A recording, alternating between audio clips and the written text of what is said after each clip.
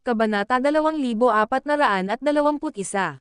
Mukhang ginagawa mo rin. Sagot ng bahagyang nagulat kay Gerald. Talagang, hindi ko sinasadyang nalaman ang tungkol sa kanila habang iniimbestigahan ang pagkamatay ng aking mga tagapagmana. Kahit na ako ay isang Domiansk Master sa pinakamahabang panahon at maaari pa nga akong ituring na isang nangungunang master sa loob ng Cultivation Realm, hanggang ngayon, ang Sun League ay nagbigay sa akin ng higit na pressure kaysa sa gusto kong aminin. Anuman, mula sa kung ano ang maaari kong hulaan, ang Sun League ay lumilitaw na isang sinaunang sekta na naglalaman ng maraming mga eksperto. Sagot ni Saint Darkwind. Well, napakalakas ng organisasyon nila, kaya tama ang hula mo. Alinmang paraan, ang totoo, ang aking manliligaw ay kinidnap ng Sun League. Sa pag-iisip na iyon, ang kanyang pagkidnap ang pangunahing dahilan kung bakit ako pumasok sa Cultivation Realm. Hindi pa rin ako sumusuko sa paglutas ng mga misteryo ng organisasyong iyon at sa pagliligtas sa kanya. Bukod doon, naiintindihan ko na ngayon kung bakit gusto mo ang aking tulong.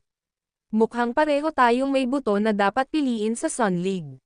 Totoo nga, bagamat wala akong masyadong alam tungkol sa kanila, alam ko kung gaano sila kalakas. Tuldok-tuldok. Una, tingnan mo lang itong bahagi ng aking mukha. Parang may pasa, no? Ito ay isang pinsala na ginawa nila sa akin noong una ko silang nakatagpo. Noong panahong iyon, madilim na ang gabi at nababalisa ako dahil hindi pa ako nakakahanap ng clue tungkol sa pagkamatay ng aking mga tagapagmana. Habang umiinom ako sa tabi ng dagat, bigla akong nakarinig ng commotion out in the deep blue. Nakaramdam din ako ng isang mahusay na kapangyarihan, nagpa siya akong lumipad upang makita ng mas malapitan, paliwanag ni Saint Darkwind. Hindi nagtagal nang makita ko ang isang higanteng magic artifact na nababalutan ng tansong lumulubog sa dagat. Sa kasamaang palad, medyo na-depress ako noon, kaya hindi ko masyadong inisip iyon. Sa halip, hinampos ko lang ito gamit ang aking palad para makita kung ano ang gagawin ng artifact kapag bigla na lang itong kumikinang. Bagamat mabilis kong kinailangan na protektahan ang aking mga mata mula sa liwanag, nagawa kong makakita ng dalawang malabong figure na nakasuot ng puting damit. Sabay turo sa akin and the next thing I know, I was vomiting blood. Habang ako ay nahimatay halos kaagad pagkatapos, hindi ko malilimutan ang nakakatakot na antas ng mahahalagang chi. Nagbigay ito sa akin ng impresyon na sila ay mga Diyos na maaaring magbigay at mag-alis ng buhay gamit ang pinakasimpleng mga kilos na hindi nila matatalo. Hindi alintana, iyon ang pangyayari na nagdulot ng matagal na pasa sa aking mukha. Dahil sa dalawang iyon, kinailangan kong magpagaling ng mahabang panahon. Eto na, may napansin akong kakaiba matapos akong saktan ng mga ito, Mr. Crawford. Sa totoo lang, pagkatapos kong masaktan, hindi nagtagal ay natuklasan ko na naabot ko ang isa pang antas ng paglilinang. Naguguluhan ako hanggang ngayon. Oh, may kakaiba pa bang nangyari? Tanong ni Gerald, ang interes niya ngayon. Bueno, nang makipaglaban si Ryder sa akin sa tabi ng Red River sa Fire Cave, niloko niya ako at nakuhanan ako ng tubig ng ilog. Nang panahong iyon, kinilabutan ako at naisip kong tiyak na mamamatay ako doon. Sa aking pagkabigla, nang pilit kong ginamit ang paraan ng pagsasabog, napagtanto ko na kaya kong palaganapan ang tubig ng ilog. Ito ay isang bagay na hindi ko man lang naisip na gawin noon. Sagot ni Saint Darkwind. Nakikita ko, ang Sun League ay parang mas maalamat sa tuwing naririnig ko ang tungkol dito. Tuldok-tuldok, kung saan, ang pangalan, Sun League, ay isa lamang sikat na pangalan sa loob ng secular na mundo. Hindi talaga iyon ang pangalan ng organisasyon. Aside, I'm certain na hindi natin kayang i-tackle ang organization na tayong dalawa lang. Kung tutuusin, hulaan ko na ang mga miyembro nito ay pumasok na sa isa pang cultivation realm, ibig sabihin, sila ay kasalukuyang nasa antas na hindi natin pinangarap na maabot. Sabi ni Gerald na medyo nakasimangot. Bagamat totoo na si Gerald ay may Herculean primordial spirit, ngayong alam na niya ang tungkol sa cultivation realm, napagtanto niya na ang pagkakaroon ng karagdagang antas ng cultivation ay walang kinalaman sa talento o primordial spirit ng isang tao. Dahil doon, hanggang sa tumaas ang kanyang cultivation level, hindi man lang pinangarap ni Gerald na makalaban niya ang mga miyembro ng Sun League. Ano man ang kaso, pagkatapos marinig kung ano ang sasabihin ni Gerald, ang tulalang Saint Darkwind ay naudyukan na bamulong, or iminumungkahi mo na sila ay pumasok sa Datus Realm. Kabanata 2422. Medyo, sagot ni Gerald na walang magawang tango. Panginoon ko, akala ko mito lang ang Datus Realm. Alam mo, noong una akong nagsimula sa paglilinaw, sinabi sa akin ng aking Panginoon na ang kanyang pangunahing layunin ay makakuha ng isang banal na katawan at maging isang Domiensk Master. Siya ay gumugol ng maraming siglo sa pagsisikap na makamit iyon, kaya natural akong lumaki na naiimpluwensyahan ng kanyang patnubay. Bukod sa paglalatag ng matibay na pundasyon para sa akin sa bawat hakbang ko, pinaliguan pa niya ako sa lahat ng uri ng espesyal na elixir bath para mapagan ang aking paglalakbay sa pagiging Domiensk Master. Gayunpaman, ilang dekada na lang ang nakalipas nang sa wakas ay naliwanagan na ako para maging isa. Kamakailan lamang ay nakapasok si Ryder sa Domiensk Realm. Sa pag-iisip na iyon, sa pinakamatagal na panahon, naisip ko talaga na ang Domiensk Realm ang malamang na maaari kong puntahan.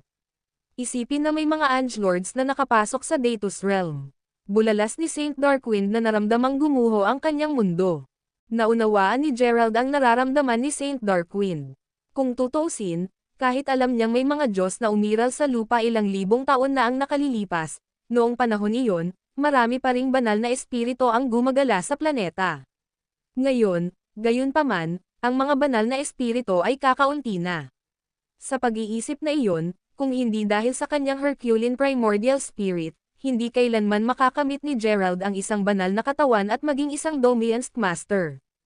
Sa sinabi nito, ang pag-asang maging isang Angelord ay isang napakalaking ideya na dapat magsimula alang. Ngayon ay lalong nanlumo, si Gerald ay naudyukan na bamulong, I wonder if I'll ever able to save Mila. Ano man ang kaso, sumasang-ayon ako sa pagsanib puwersa natin. Sa totoo lang, hindi pa rin ako sumusuko na hanapin ang tunay na salarin ng pangyayaring iyon noong Pledge of the Holy Water. I should mention na may prime suspect na ako. Bukod doon, may natuklasan ka ba? Pagkaraang dahan-daang tumayo, sumagot si Saint Darkwind, bueno, nakahanap ako ng isang mahalagang palatandaan. Hindi ko alam kung sino ang maaaring may sala, sigurado ako kung ano ang naging layunin nila sa pagpatay ng napakaraming tao, mga taong may bloodline na nangunguna sa kanya. O, ipagpatuloy mo. Sa pangkalahatan, malamang na sinusubukan ng taong iyon na labagin ang batas ng langit. Sinisikap nilang makuha ang espiritual na kakanyahan ng dugo ng mga tao para makabuo sila ng masamang katawan at maging demonyo. Kung bakit, na noong maalamat na mga panahon, ang mga demonyo ay ang tanging nilalang na may sinasabing makipaglaban sa mga Diyos. Pagkatapos ng lahat, ang mga Diyos at Diablo ay magkatulad, silang mga immortal na ang parehong mga kaluluwa ay hindi kailanman muling magkakatawang tao, tanging ang kanilang mga katawan. Paliwanag ni Saint Darkwind, nobela. Tama, kapag ang isa ay pumasok sa Datus Realm, makakatakas sila sa cycle ng reincarnation. Ang isang tao sa Datus Realm ay hindi rin mapapagod. Gayunpaman, kung nais ng isang tao na makatakas sa muling pagkakatawang tao ng parehong katawan at kaluluwa, kailangan ng isa na makuha ang katawan na walang kamatayan. Pagkatapos lamang ng isa sila ay nagiging tunay na hindi masisira. Napakalaki ng ambisyon niya, kung isipin na pagkatapos ng mahabang pagtitimpi, ang pinakalayunin niya ay maging demonyo at makamtan ang buhay na walang hanggan, ungol ni Gerald habang nakakunot ang kanyang mga kilay. Sa wakas ay alam na niya ang layunin ni Daryl. Kung maaari, sino ba talaga ang tinutukoy mo? Parang pamilyar ka sa kanya. Kabanata 2423. Daryl ang pangalan niya, at lolo ko siya. Well, sa papel, at least. I really doubt na siya ang lolo ko ngayon. After all, after everything he done, I now see him as nothing more than a devil. Sagot ni Gerald habang umiiling, nagudyok kay Saint Darkwind na nanlaki ang mga mata sa gulat. Pagkatapos ng maikling paghinto, bumantong hininga si Saint Darkwind bago sinabing, alam mo, ang pangako ng banal na tubig ay natupad sa loob ng mga dekada. Sino ang nakakaalam kung gaano karaming mga tao na may dugong pinili na diwa ang kanyang sarili, napatay? Sigurado ba tayo na hindi pa siya nagiging ganap na demonyo? Kung mayroon siya, hindi ka magiging kaparehan niya. Ang Cultivation Realm at Datus Realm ay sadyang napakalayo. Though Gerald understood that, He simply replied, I'm aware of that possibility, though that doesn't mean na hihintayin ko na lang na kunin niya ang buhay ko. Regardless, aside from all the things we have mentioned, you should know that I'm currently hot on Daryl's trail.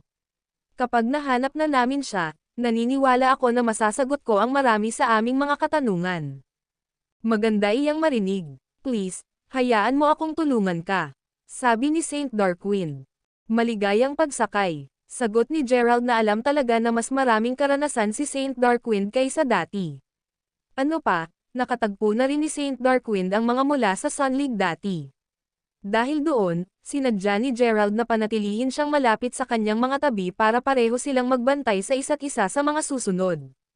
Naputol ang pag-iisip ni Gerald nang marinig niyang nagtanong si Saint Darkwind, kung saan, ano ang dapat nating gawin sa tatlong magkakapatid. I-scrape mo na lang ang cultivation nila. Kung tutuusin, sigurado akong gumagawa sila ng masama sa lahat ng ito.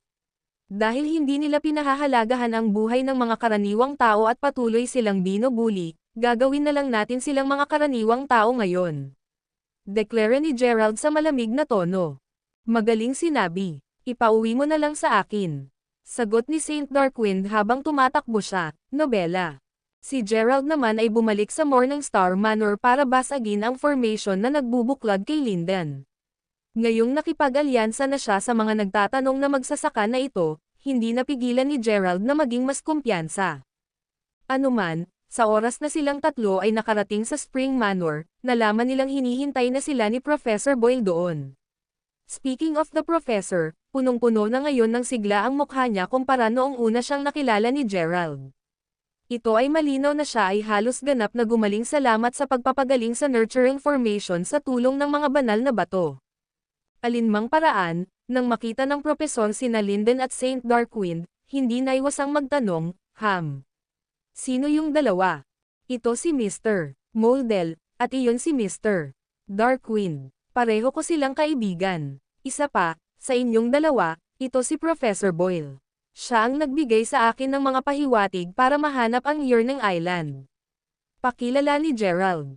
Nang matapos ang mga formalidad, dumiretso sa punto si Professor Boyle sa pagsasabing, medyo matagal, ngunit sa wakas ay nakahanap kami ng ilang mga pahiwatig sa kinaroroonan ni MS. Willow. Gaya ng nasabi ko kanina, kahit na matagal na kaming hindi nagkikita, alam kong taga Shu Province siya. Sa pag-iisip na iyon, sinimulan ko ang aking pagsisiyasat doon. Sa kasamaang palad, kahit na pagkatapos tanungin ang lahat ng aking mga estudyante doon, wala sa kanila ang tila nakipag-ugnayan sa kanya. Ibig sabihin, hanggang sa nakipag-ugnayan sa akin ang isa sa mga estudyante ko kaninang umaga. Sinabi niya sa akin na narinig niya na hinahanap ko siya, pero bukod doon, sinabi niya na kahit na matagal na niyang hindi nakilala si Phoebe, nakilala niya ang kasintahan ni Phoebe noong nakaraan. Sila na ngayon. Tila kasal, at ang asawa ni Phoebe ay lumilitaw na nagpapatakbo ng isang medyo matagumpay na kumpanya sa PC-10. Aside from that, sinabihan din ako na pinalitan daw niya ni Marcel Lerv Inc. ang pangalan niya mga 10 years ago.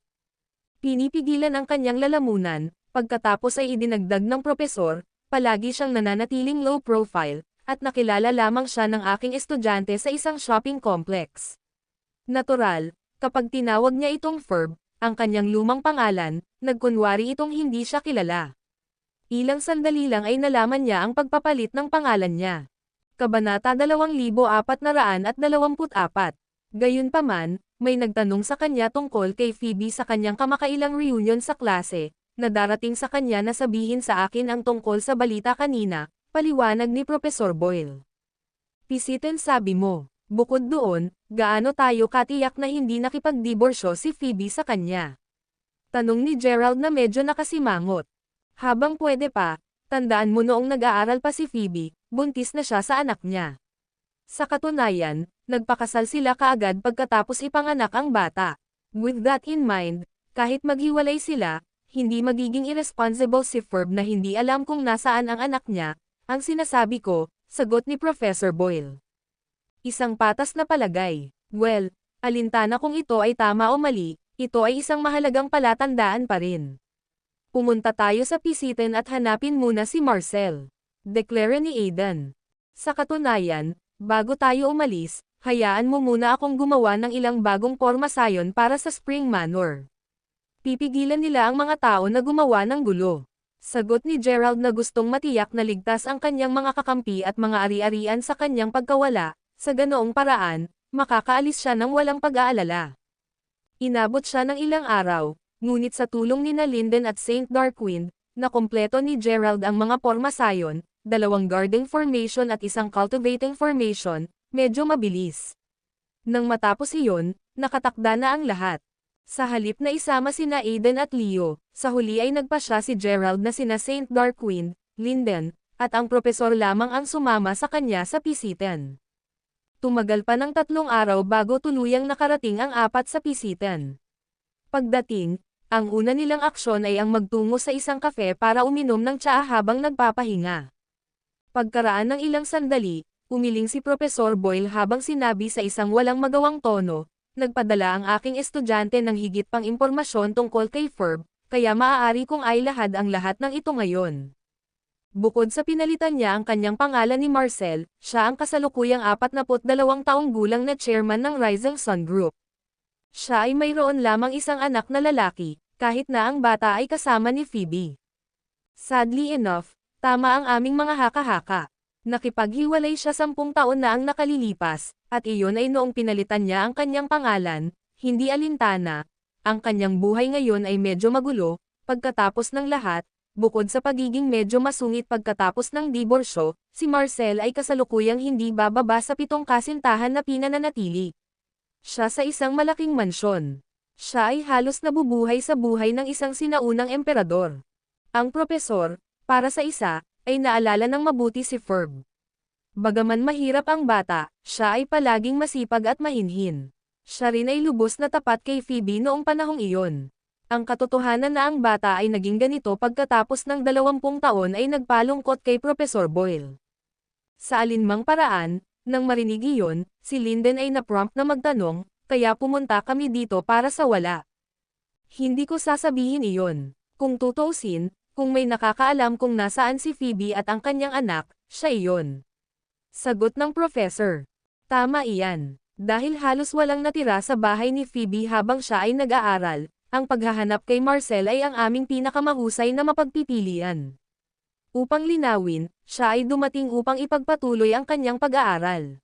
Biglang may narinig na sumisigaw, "Stop! Tumigil ka, please." Halatang may nagkakagulo sa ibaba, at dahil nakaupo si Gerald sa may hagdanan, kitang-kita niya ang lahat.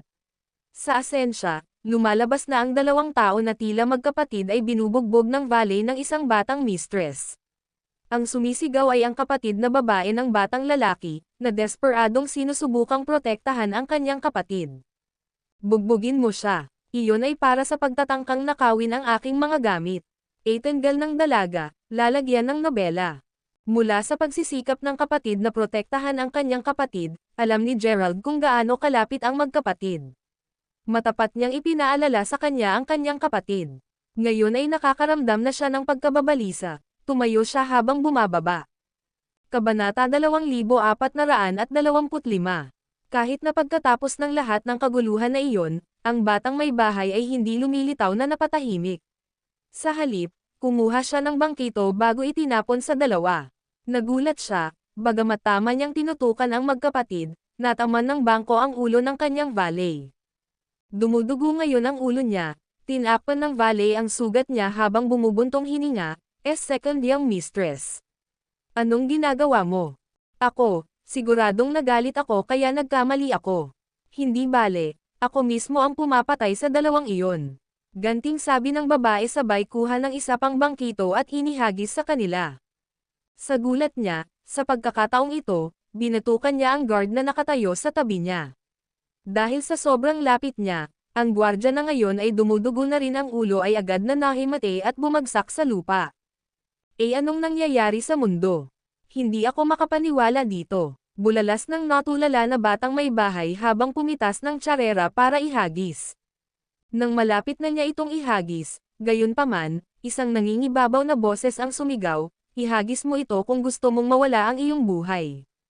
Natigilan sa narinig, ang babae pagkatapos ay lumingon sa pinanggalingan ng boses at nakatayo doon, isang binata na nakatingin sa kanya ng masama habang ang mga kamay ay nasa kanyang mga bulsa. Nakaramdam ng inis sa kanyang mapagmataas na ekspresyon, pagkatapos ay sumimangot ang second young mistress, ikaw ba ang may pananagutan sa lahat ng ito? Ano ang ginawa mo sa akin? Kami, baka si God ang namagitan para turuan ng leksyon ang valet mo. Who knows, it could be your turn soon, sagot ni Linden habang dahan-daang bumababa ng hagdan. Totoo nga, matagal na akong nabubuhay pero hindi pa ako nakakakilala ng ganoong brutal at hindi makatwirang babae. Karapat-dapat talaga siyang paluan, deklara ni Saint Darkwind habang naglalakad din siya pababa. Kayong tatlo gusto akong turuan ng leksyon. Ako si Faizan, alam mo. Siguradong masigasig kang mamatay. Angal ni Faye habang nakakuyom ang mga kamao. Though she wanted to make a move, when she thought about how Gerald were controlled her actions kanina, she refrained from acting too rashly. Makalipas ang ilang segundo nang marinig ang malamig na boses, nagtatanong, naglalako ka na naman ba, Faye? Maya-maya, isang matangkad at matikas na babae na mukhang 27 ang edad ang pumasok sa kafe. Sa pagkakahawig niya kay Faye, malinaw na siya ang kanyang nakatatandang kapatid. Anuman, nang makita siya, sina Gerald, Linden, at Saint Darkwind ay pareho ang seryosong ekspresyon. Samantalang si Faye, mabilis itong lumapit sa kanya bago sinabing, napakaganda at nandito ka, ate. Binubuli ako ng tatlong yon. Dahil napakalakas mo, sirain mo sila para sa akin. Hindi ka ba masyadong masungit? Ang aming pamilya ay kasalukuyang nasa mainit na tubig, alam mo ba? Iisipin na mag-tantrums ka pa sa labas. Hindi alintana, kung gusto mong ako na ang bahala sa bagay na ito, ako muna ang bahala sa iyo. Umuwi ka na, now, pakli ng babae. Pero unang ninakaw ng batang iyon ang mga gamit ko. Pumasok ang tatlo pagkatapos noon. Sigaw ni Faye na ayaw magpatinag. Kabanata 2426. Tama na. Ilabas mo ngayon ang pangalawang young mistress. Nakakangusong utos ng babae. Nang mailabas si Faye, tinulungan ng babae ang magkapatid na tumayo habang sinasabing, humihingi ako ng paumanhin, medyo spoiled ang nakababatang kapatid ko, na humahantong sa pagiging hindi makatwiran kung minsan. Narito ang $100,000 na tseke. Sana ay sapat na ito bilang kabayaran sa ginawa ng kapatid ko. Di nagtagal pagkatapos sabihin iyon, ang babae ay sumulat at ipinakita ang tseke para sa dalawa, kahit na ang magkapatid ay malinaw na masyadong natatakot na kunin ito. Sa halip, yumuko lang ang kapatid sa babae at kay Gerald bago tumakbo kasama ang kapatid. Nang makita iyon, walang magawa ang babae na umiling habang humarap sa kanyang valet at sinabing, alamin kung saan sila nakatira at ibigay sa kanila ang tseke. With all that done, she finally turned to look at Gerald before adding, I'm sorry you had to see all that. Sinaktan ka ba ng kapatid ko? Hindi niya ginawa, bagamat kailangan talaga niyang disiplinahin, sagot ni Gerald, na nagudyok sa babae na tumango habang nakangiti habang umalis kasama ang kanyang valet. And just like that, natapos na ang pangyayari. Pagkatapos nilang bumalik sa itaas, hindi napigilan ng propesor na mapangiti habang sinasabing, kung magkamukha sila, talagang magkapatid ang dalawang iyon. Gayunpaman, isipin na ang isa ay napakatigas habang ang isa ay napaka-elegante. Aside, buti na lang nakayanan ng nakatatandang kapatid ang munting halimaw na iyon. Kung hindi, magdusa ang magkapatid.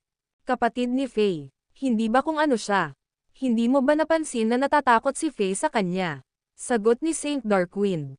Ha? Saan ito nanggaling, Mr. Darkwind? Tanong ng nalilitong propesor. Humalaklak bilang tugon, ipinaliwanag ni Saint Darkwind, bueno, hindi mo ito maramdaman dahil nililinang mo ang iyong panloob na lakas. Gayunpaman, nakikita naming tatlo ang babaeng iyon ay naglilinang ng mahahalagang chi. Iyon, sa kanyang sarili, ay medyo hindi pangkaraniwan. Kailangang pumayag ni Gerald. Gaya ng nauna ng sinabi ni Walter, tila maraming nag-iisang magsasaka na nagpapanggap na mga karaniwang tao at kahit na may mga pang-araw-araw na trabahong nagtatago sa sekular na mundo. Ipinaalala nito sa bata ang ilang balitang nadatnan niya ilang taon na ang nakalilipas, tungkol sa mga taong biglang nawawala habang naglalakad sa mga lansangan. Bagamat inakala niyang fake news lang ang mga iyon noon dahil hindi pa siya nakakapasok sa cultivation realm noon, alam na ngayon ni Gerald na ang mga nawawalang individual ay malamang na mga cultivator. Talagang, tila ang mga tao ay nagiging mas talentado sa mga henerasyon. Pagkatapos ng lahat, ipinalagay ko na ang mga nasa secular na mundo ay maaari lamang linangin ang panloob na lakas. Isipin na ang babaeng iyon mula kanina ay naglilinang na ng mahahalagang chi. Pambihira, ungol ni Linden. Feeling ko iba ang essential chi niya sa atin, sabi ni Gerald. Nang makita kong gaano nalilito ang hitsura ni Linden, si Saint Darkwind ay nagbigay ng isang paumanhin ng ngiti bago sumagot, alam ko kung ano ang sinasabi ni Mr. Crawford. Dahil pinalaki ka sa cultivation realm hanggang sa araw na ikaw ay naging pinuno ng Thunder Sword Sect, kaunti lang ang nakita mo sa secular na mundo, Mr.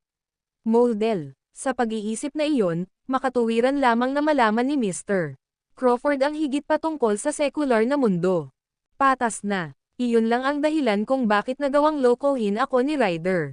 Anuman, paano naiiba ang kanyang essential chi? Tanong ng curious na si Linden. Bueno, mayroong tatlong pangunahing pagkakaiba-iba ng mahahalagang chi. Ang una ay essential chi mula sa langit, na siyang uri ng essential chi na ginagamit namin. Nakikita mo, ang mahahalagang chi sa ating mga katawan ay mula sa langit at lupa, at ginagamit natin ang mga banal na espiritu mula sa langit at lupa bilang pundasyon ng ating paglilinang. Sa pag-iisip na iyon, ang langit ang pinagmumulan ng ating kapangyarihan. Nakakatuwang katotohanan, lahat ng mga cultivator sa cultivation realm ay gumagamit ng mahahalagang chi mula sa langit, idinagdag ni Saint Darkwind. Ang paglipat sa pangalawang uri, karaniwang tinutukoy natin ito bilang kapangyarihan ng demonyo. Ang mga diskarte sa paglilinang na ginamit upang linangin ang ganitong uri ng mahahalagang chi ay ibang-iba sa atin. Ang mga nilalang na gumagamit ng ganitong uri ng mahahalagang chi ay tinatawag na mga demonyo, at karaniwang umaasa sila sa pagsipsip ng panlalaking aura ng mga karaniwang tao upang balansehin ang kanilang mga aura ng pambabae. Absorb pa ng mga panlalaking aura ng mga cultivator kapag sila ay nasa pinakamataas na. Sabi ni Gerald. Ang Corpse Demonic Spider ay isang magandang halimbawa ng isang demon na gumagamit ng demonic essential chi. Ito ay tumatagal lamang ng ganoong paraan dahil hindi pa ito ganap na nag-evolve, paliwanag ni Saint Darkwind. Talaga, ngayon para sa pangatlong uri, ito ay tinatawag na Devilish Essential Chi, at medyo katulad ito ng Demonic Essential Chi. Daryl ay isang pangunahing halimbawa nito. Kung tutuusin, pinatay niya ang napakaraming misteryosong tagapagmana ng pamilya para makuha lamang nila ang kanilang bloodline na lilito na diwa sa pag-asang mapahusay ang kanyang kapangyarihan at maging isang diablo. Matapos pakinggan ang kanilang pag-uusap, si Professor Boyle na napukaw ang interes ay naudyukan na magtanong, kaya, sinasabi mo ba na ang matikas na babae kanina ay talagang isang demonyo o isang demonyo? Kabanata 2427. Hindi eksakto. Sa nakita namin ni Mr. Crawford, tao pa rin siya, kahit na nililinang niya ang demonic essential chi. Sa pag-iisip na iyon, ang kanyang lakas ay dapat nasa pagitan ng Morning Stars at ng Weirs, paliwanag ni Saint Darkwind. Sumasang-ayon ako. Aside from that, parang katatapos lang din niyang mag-cultivate. Dapat kong sabihin na ang kanyang matikas na ugali ay talagang nagtatago ng kanyang kasamaan. Dagdag ni Linden. Talaga, ngayon nagsisimula na akong mag-alala tungkol sa magkapatid na iyon. Kung tutuusin, kung talagang masama ang babaeng iyon, mas lalo pang nagkakagulo ang magkapatid. Ungol ni Gerald habang umiiling. Bubuntot ko ba sila? Nagtanong Linden, bilang siya hap sa kanyang mga paa. Hindi naman kailangan yon. Nalock ko na sila gamit ang banal kong sentido. Isa pa, magsalita tungkol sa Diablo, nararamdaman ko ang babaeng iyon na hinahabol sila ngayon. Sige, naayos na iyon. I want you and the professor to stay here while I head over with Darkwind to see what that woman's up to, utos ni Gerald. Bago pa makasagot si Linden, nawala na sa hangin sina Gerald at Darkwind. Maya-maya pa ay nasa harap na ng isang sira-sirang bahay, malayo sa suburb, nang magtanong ang binata kanina. Ayos ka lang ba ate? Ang lugar na ito ay malinaw na tahanan ng magkapatid. Alinmang paraan, mabilis na sumagot ang kanyang ate, ayos lang ako. Buti na lang may pumasok para tumulong sa amin. Kung tutuusin, madali lang kaming mapapahamak sa pananakit sa pangalawang young mistress na si Zant. Pero wala naman talaga akong ninakaw. Sa simula, sinabi niya sa akin na ipakita sa kanya ang aking identity card, at halos kaagad pagkatapos, inakusahan niya akong nagnakaw ng isang bagay mula sa kanya. Paliwanag ng bata. Nakikita ko, kung bakit niya ginawa iyon ay hula ng sinuman. Anuman, hindi na natin kayang saktan ang mga ganoong tao. Ngayon ay pumasok tayo at tingnan kung mas maganda ang kalagayan ni nanay, ungol ng dalaga, na nagudyok sa kanilang dalawa na pumasok sa bahay. Pagkapasok, laking gulat ng dalawa nang makita ang napakaraming tao sa loob. Bagamat karamihan sa kanila ay hindi pamilyar na mukha, agad na nakilala ng dalawa ang babae na nagligtas sa kanila kanina nakaupo doon. Bukod sa kanya, may tila isang doktor din na nagpapagamot sa kanilang ina. Anuman ang nangyari, ang nababalisa ngayon na nakatatandang kapatid na babae ay naudyukan na magtanong, anong ginagawa mo rito, panganay na young mistress? Nako, naisip ko lang na hindi nagagaling ang sakit ng nanay mo kung dalawa lang ang aasahan niya. Dahil doon sa isip, dinala ko ang sikat na doktor. Zenos ni Pisiten para gamutin siya. Hindi mo na kailangang mag-alala tungkol sa kanya. Gayun din, kunin ang mga milyong dolyar na ito. Magagamit mo ang pera para makakuha ng mas desenteng bahay, trabaho, at buhay. Nakangiting sagot ng panganay na young mistress. Sobra ito, panganay na batang ginang. Hindi natin matatanggap ang lahat ng ito. Bulalas ng nauutol na kapatid. Huwag kang mag-alala, hindi ko ginagawa ang lahat ng ito ng libre. Kailangan ko ng isang bagay mula sa iyong kapatid, nakikita mo. Huwag mag-alala, bagaman. Ito ay walang malaki at walang pinsalang darating sa kanya. Sa katunayan, siya ay dapat naganap na maayos pagkatapos magpagaling ng 2 hanggang 3 taon.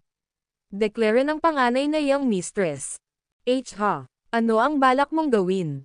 Tanong ng nalilitong babae. Sa ikalawang pagtatapos ng kanyang pangungusap, biglang umihip ang simoy ng hangin, at hindi nagtagal, ang magkapatid at pati na rin si Dr. Zenos ay nagsimulang makaramdam ng labis na pagkahilo. Sa loob ng ilang segundo, silang tatlo ay nawalan ng malay. Nang makita iyon, inilagay ng panganay na young mistress ang 8 taong gulang na batang lalaki sa mesa. Paglapit sa mukha nito, huminga siya at hindi nagtagal, isang mahabang tipak ng puting usok ang nagsimulang lumabas sa kanyang noo at pumasok sa katawan ng panganay na young mistress. Habang patuloy na umaagos ang usok, ang mukha ng bata ay namutla at namutla. Nang matapos siya, marahan niyang tinapik ang noo ng bata bago sinabing, siguraduhin na lahat ng pera ay nailipat sa kanilang account. Kapag nalaman kung sino man sa inyo ang kumuha ng kahit isang sentimo, sisiguraduhin kong mawawala ka sa mundo. Nililinaw ko ba ang sarili ko? Oo, pinakamatandang young mistress. Idineklara ng mga bodyguard ang labis na paggalang habang sila ay lumulunok. Alam na alam nilang lahat na ang pagpapagalit kay Elaine Zant, ang panganay na young mistress ay tiyak na magreresulta sa kanilang pagkamatay. Pagkatapos ng maikling paghinto, nagtanong ang isa sa mga gwardya, pinakamatandang young mistress. Kailangan ba talagang dumaan sa lahat ng problemang ito? Kung tutuusin, kung talagang gusto mong magkaroon ng mga anak na isinilang sa tanghali, magagamit mo lang ang kapangyarihan ng iyong pamilya para makuha ang mga ito. Sa katunayan, maaari kang makakuha ng mas marami hanggat gusto mo nang hindi mo kailangang bayaran sila ng ganito kalaki. Katahimikan, ipapaalam ko sa iyo na ako ay isang magsasaka, hindi isang demonyo. Aside, paalalahanan mo si ate na huwag nang makialam sa negosyo ko simula ngayon. Hindi niya kailangang magpaanak para sa akin. Utos ni Elaine. Kabanata 2428. Naiintindihan mo, panganay na young mistress. Deklare ng mga bodyguard sabay tango. Kasunod nito, mabilis silang lumabas ng bahay kasama si Dr. Zenos. Lingid sa kanilang kaalaman, sa buong oras na ito ay tinitiktikan na nila nina Gerald at Darkwind. Mukhang isa talaga siyang demonic cultivator, Darkwind, ungol ni Gerald nang pumasok ang dalawa sa bahay. Talaga, ang lahat ng tao ay may 3 hibla ng panlalaking aura, at ang panlalaking aura ng mga bata ay palaging pinakadalisay. Bukod dito, Ang panganay na batang mistress na iyon ay nakakagulat na isang taong may prinsipyo. Isang hibla lang ang kinuha niya nang hindi man lang naisip na saktan ang buhay niya. Sagot ni Saint Darkwind na kakatingin lang sa bata. Sumasang-ayon ako. Natutokso akong imbestigahan kung sino ang nagtuturo sa kanya ng mga masasamang pamamaraan na ito, ngunit masyado na kaming marami sa aming mga plato sa ngayon. Ako, para sa isa, naniniwala na hindi niya alam kung ano talaga ang kanyang pinapasok. Sabi ni Gerald na nakahinga ng maluwag na maayos pa rin ang kalagayan ng magkapatid. I'm curious na malaman kung sino rin ang nagtuturo sa kanya ng lahat ng ito. Isipin na may mga magsasaka na nag-aatubili na umalis sa secular na mundo dahil mas maginhawa lang para sa kanila na linangin ang demonic essential chi dito. Talagang nabubuhay tayo sa isang malaking mundo kung saan maaaring mangyari ang anumang bagay. Aside, I agree na unahin natin ang paghahanap kay Marcel, Mr. Crawford. Agreed, sagot ni Gerald, na nagudyok sa dalawa na nagsimulang bumalik sa kafe. Habang wala sila, naging abala si Professor Boyle, pabalik sa kafe na tinatawag ang bawat estudyante niya na naiisip niya. Sa kabutihang palad, pagkatapos gumawa ng ilang mga tawag, sa wakas ay nakuha niya ang kasalukuyang address ni Marcel, Nobela. Sa pag-iisip na iyon, sa sandaling bumalik sina Gerald at Darkwind, kaagad niya sa kanila ang kanyang natuklasan, at ang apat ay nagtungo sa Sleeping Dragon Villa ng Pisiten, ang lugar kung saan nakatira si Marcel at ang kanyang maraming kasintahan. Asterisk. Samantala sa mismong asyenda, makikita ang isang dosenang katana na may hawak na samurai na nakatayo sa paligid ng mga miyembro ng pamilya ni Marcel, na kinabibilangan ng kanyang 7 kasintahan, 4 na matandang dalaga, at isang hardenero na nasa edad 60. Iabot mo si Marcel. Huwag mo akong ulitin. Ungol ng isa sa samurai. Wala talaga kaming ideya kung nasaan siya, Mr. Chiba. Hindi siya bumalik sa loob ng 2 buwan, at hindi pa namin siya naabot. Hindi nga kami sigurado kung buhay pa siya. Sigaw ng isa sa takot na babae. Mukhang hindi ko makukuha ang katotohanan hanggat hindi nasasangkot ang dugo. Angal ni Mr. Chiba habang nilalalas niya ang kanyang katana papunta sa leeg ng babae. Gayunpaman, bago pa man maputol ang talam, isang iglap ang dumaan sa mga mata ni Mr. Chiba at sumunod na nalaman niya, dumudugo ang kanyang perlikyo at ang kanyang katana ay natapon mula sa kanyang pagkakahawak. Habang pinapanood ang katana na ngayon ay nakaimbed sa dingding ay nanginginig sa kinalalagyan, si Mr. Chiba ay umungol sa mahinang impit na si Weston, sino ang gumawa niyan? Pinaka nakakatakot mong bangungot, sumigaw ang isang hindi pamilyar na boses, at maya-maya lang, isang matandang lalaki ang lumitaw sa kawalan ng hangin. Bago pa man makapag-react si Mr. Chiba, isang dosenang beses na siyang sinampal ng bagong tao. Habang si Mr. Chiba na ngayon ay dumudugo ng husto ang mga pisngi ay bumagsak sa sahig, mabilis na napagtanto ng kanyang mga tauhan na may 3 iba pang tao na dahan-daang lumalapit sa kanila. Ngayon ay nababaliw na sa kanyang isipan, si Mr. Chiba ay mabilis na natisod sa kanyang mga paa upang masiguradong kukunin din ang kanyang katana habang sumigaw, or run. Nang wala na si Mr. Chiba at ang kanyang mga tauhan, agad na kinalas ni Linden ang mga natakot na biktima. Ang mga babae mismo na natakot ay hindi napigil ang umiyak, salamat, matanda. Maraming salamat. Lumapit naman si Gerald sa mga biktima habang sinasabing, sige, umayos ka na. May itatanong sana ako. Kanina, narinig kong binanggit mo na 2 buwan nang nawala si Marcel. Totoo ba iyon? Kabanata 2429. Nang marinig iyon, nagpalitan ng tingin ang 7 babae habang tumatango habang sinabing, oo, hindi pa namin siya makontak sa lahat ng oras na ito. Gaya ng nakita mo kanina, maraming tao ang naghahangad sa kanya. Hindi namin kami nakilala, alam kong buhay pa siya. Talaga bang namatay na siya? Huli na ba tayo? Ungol ni Linden. Sa tingin ko hindi. Saan siya huling nakita? Tanong ni Gerald. Ang base. Noong panahong iyon, tumawag si Chairman Lerv Inc. at sinabi sa akin na ilipat ang ilan sa mga ari-arian sa aking pangalan. Kasunod noon, sinabihan niya akong magpadala sa kanya ng ilang mga dokumento sa base, at iyon ang huling narinig ko tungkol sa kanya, paliwanag ng matandang hardenero out of the blue. Pagharap sa matanda, tinanong ni Gerald, and he disappeared right after that. Wala ba sa inyo ang pumunta sa base para tingnan siya? Siyempre, ginawa namin. Tumawag pa kami ng pulis. Sa kasamaang palad, kahit ilang beses kaming pumunta doon, ang base ay nanatiling walang laman, sagot ng isa sa mga babae, lalagyan ng nobela. Nakita ko, saan ito base? At para saan ito ginagamit? Tanong ni Gerald. Well, ginagamit ni Chairman Lerv Inc. ang base para sa pananaliksik. Ang aming kumpanya ay nagpapatakbo ng isang biological sciences na negosyo, kita mo. Sa pag-iisip na iyon, karaniwang kailangang maglakbay si Chairman Lerv Inc. mula sa bahay, sa kumpanya, at sa wakas sa base araw-araw. Paliwanag ng matandang hardinero. Kung saan ito? Ito ay nasa isang desyerto na suburb sa timog ng lungsod. Gayunpaman, wala itong silbi kahit na pumunta ka doon. Pagkatapos ng lahat, ang mga samurais mula kanina ay lubusang naghanap sa lugar. Idinagdag. Isa pa sa mga babae. I see. May alam ba sa inyo tungkol sa asawa at anak ni Marcel, kung gayon?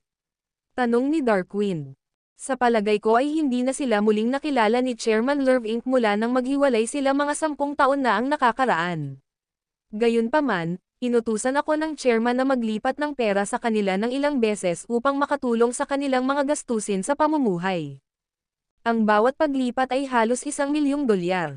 Bukod doon, ang huling paglipat ay nangyari mga 5 taon na ang nakakaraan. Bilang namamahala sa mga ari-arian ni Chairman Lerv Inc., na-curious ako kung bakit bigla siyang tumigil sa pagpapadala ng pera sa kanya noong panahon ng iyon.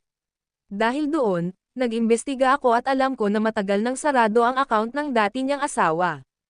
Ang sagot ng matanda ay nilinaw na sa halip na isang hardinero, siya talaga ang mayordoma ni Marcel. Anuman, pagkatapos marinig ang lahat ng iyon, si Professor Boyle ay naudyukan na magtanong, isang huling tanong. Sinabi mo na maraming tao ang naghahanap sa kanya. Sino ba talaga sila? At bakit ang hilig nilang hanapin siya? It's either due to death or because they want research results. Kung may iba pang dahilan, hindi ako masyadong sigurado sa kanila. Pagkatapos ng lahat, hindi kami pinayagan ni Chairman Lerv Inc. na makapasok sa kanyang base. Sagot ng mayordomo. I see. Well, sa tingin ko hindi ko makakatulong ang pananatili dito. With that said, we'll be taking our leave now, sabi ni Gerald habang tumanggo sa grupo bago umalis kasama ang kanyang party. Sa pagpunta nila sa base ni Marcel, kung saan sila binigyan ng direksyon ng mayordomo, hindi napigilan ni Professor Boyle ang pag-iling ng kanyang ulo habang bamantong hininga, nakakalungkot na patay na si Marcel. Naubos na, ang ating tanging lead. Hindi natin alam yan for sure. Alinmang paraan, tingnan muna natin ang kanyang base. Sagot ni Gerald. Ito ang kanyang pinakamahusay na lead sa pakikipag-date, at hindi siya malapit ng sumuko ng ganoon kadali. With that said, silang 4 noon. Sumugod sa base ni Marcel. Kahit na ang base mismo ay dapat na maghohast ng isang lihim na silid sa loob ng isang istruktura ng bakal sa ilalim ng lupa, ang pasukan ng base ay naiwang bukas na bukas. Bukod doon, sa pagpasok, agad nilang napagtanto na ang buong lugar ay ganap na walang laman. Lubos na inabandona, mukhang si Marcel ay tunay na nawawala o patay na sa puntong ito, ungol ng propesor habang siya ay muling bamantong hininga. Buhay man o patay, kailangan natin siyang mahanap. Sagot ni Gerald na medyo nakasimangot. Hindi pa ba tayo aalis, Mr. Crawford? Tanong ng naguguluhang si Linden. Bakit nagmamadali? Speaking of which, simulan mo nang gamitin ang iyong divine sense para maghanap ng anumang potensyal na lihim na pasukan, Linden, utos ni Gerald habang nakalagay ang mga kamay sa likod niya. Agad-agad, sagot ni Linden habang sinunod ang utos ng bata. Hindi nagtagal ay tumaas ng bahagya ang isang kilay ni Linden habang sinabing, salamat sa Diyos na iminungkahi mo iyon, Mr. Crawford. Nararamdaman ko ang isa pang palapag sa ibaba natin. Magaling. Lumipat sa tabi, lahat. Utos ni Gerald. Kabanata 2430. Nasa na? Sagot nilang tatlo habang mabilis na tinahak ang daan patungo sa labasan. Nang nakatayo na silang lahat sa labas ng pasukan, pinagdikit ni Gerald ang kanyang mga daliri para bumuo ng isang aura blade at hindi nagtagal, pinalipad niya ang talon papunta sa bakal na sahig. Isang napakalaking pagsabog ang nangyari, at pagkatapos na tumira ang mga labi, isang malaking butas ang makikita. Matapos sumilip sa butas, lumundag si Gerald at ang iba pa at nang makita ang lahat ng kagamitan na nakalatag sa paligid, mabilis nilang napagtanto ang sahig sa ibaba ay ang tunay na laboratorio ng pananaliksik. Salamat sa Diyos, sinabi mo sa kanya na gamitin ang kanyang divine sense. Hindi ko akalain na ang lugar na ito ay umiiral sa ilalim ng sahig. Nagawa pa nga ni Marcel na lokohin kaming mga matatanda. Ang lalaking iyon ay tunay na dalubhasa sa pagtatago ng mga bagay-bagay. Reklamo ni Darkwing sa walang magawang tono. Talaga, alinmang paraan, malinaw na may nagpupumilit na huminto sa paghahanap kay Marcel. Kung tutuusin, sa pagiging baog sa itaas na palapag, tiyak na naliligaw ang iba na maniwala na walang makikitang clues sa kinaroroonan ni Marcel, sagot ni Gerald. Sumasang-ayon ako. Napakahusay na paraan para pigilan ang iba. Dagdag ni Darkwing sabay tango.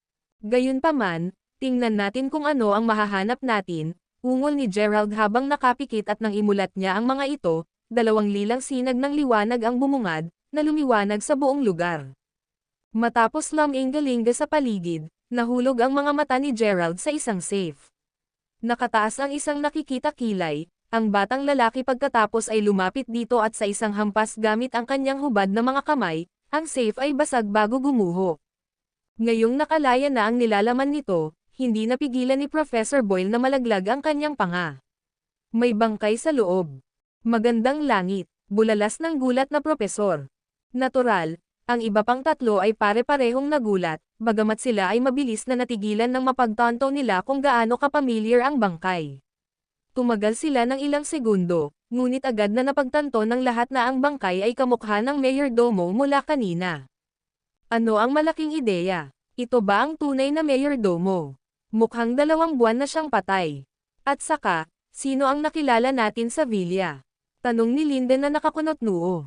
Naloko kaming lahat. Si Marcel ay hindi kasing simple nang nakikita niya.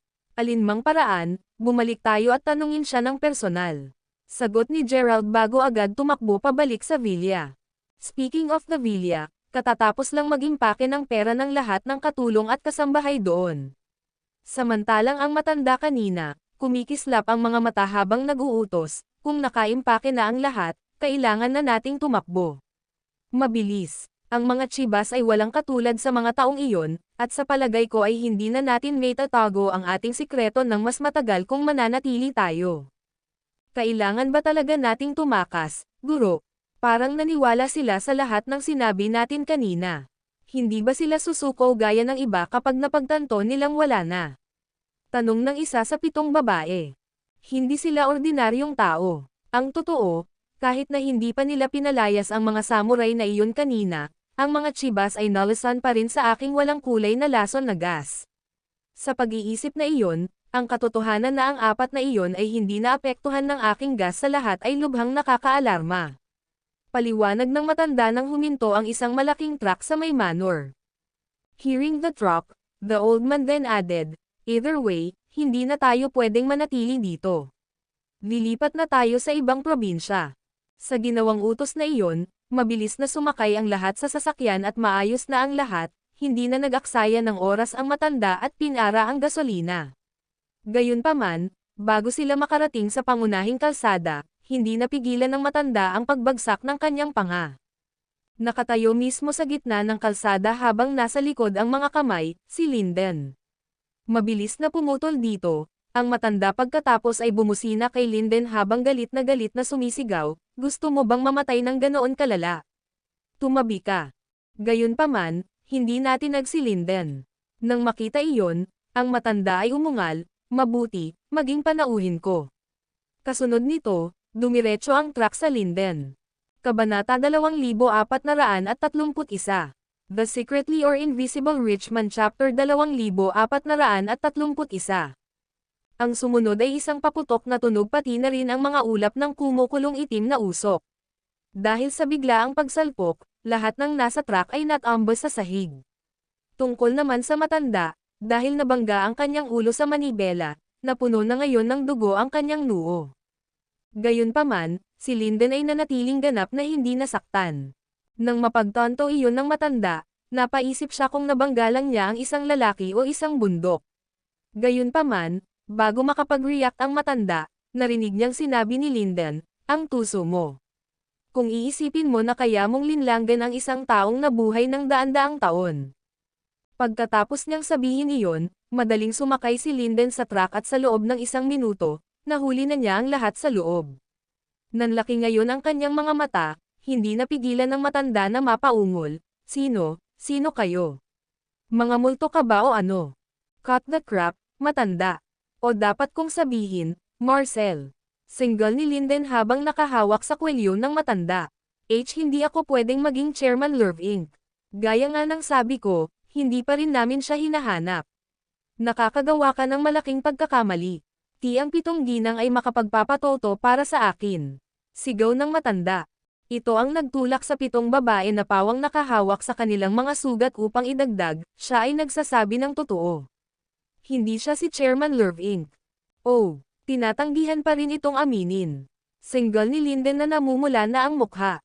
Huwag mong isipin na magpapatuloy kami sa pagpapakatanga sa iyong diskarte sa pagbabalat kayo. Dagdag ni Gerald habang sumulpot kasama si Darkwind at ang professor. The disguise technique. I have no idea what you're talking about, ungol ng matanda habang iniiwas niya ang kanyang tingin, halatang guilty. Ang mga sinaunang mangkukulam ay dalubhasa sa pag-aalaga ng mga hayop at pagtatanim ng lahat ng uri ng kakaibang halamang gamot at bulaklak. Para makapag-cultivate, kailangan nilang maglakbay ng dahil madalas isang mahalagang sangkap na kailangan nila para mapahusay ang kanilang kapangyarihan, ang naging dahilan para makagawa sila ng maraming kaaway. At ang sangkap na iyon ay sariwang dugo ng tao. Upang makatagpo ng mas kaunting mga kaaway, gumawa sila ng lahat ng uri ng mga diskarte sa pagbabalat kayo. Sa bandang huli, napakahusay nila kaya nakapagtimpla sila ng mga gayuma na hindi lamang nagpapabago sa kanilang hitsura, kundi pati na rin sa kanilang mga boses. Maaari nilang ganap na gayahin ang sinuman.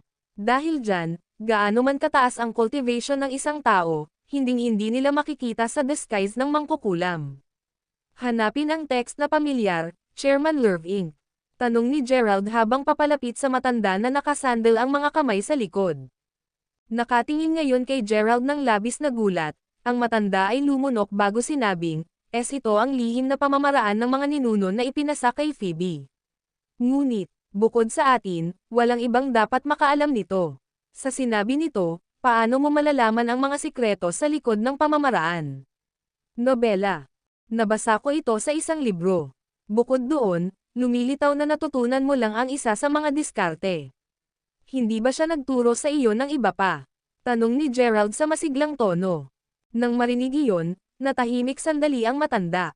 Maya-maya, inilabas niya ang isang spray bottle at dinasal ang laman nito sa kanyang mukha. Nagresulta ito sa berdeng usok na biglang bumalot sa kanyang mukha at nang mawala na ang usok, hindi napigilan ng propesor na manlaki ang kanyang mga mata habang nagtanong, Ferb. Ikaw ba talaga iyan? True enough, si Ferb Lurv Inc. yun, ang matandang estudyante niya. Ngayon na ang jig ay ayos na, si Marcel ay naudyukan na sumagot ng may kasalanan, ikinalulungkot ko ang pagsisinungaling ko sa iyo, propesor. Kahit na, mangyaring malaman na ako ay inilagay din sa isang mahirap na posisyon.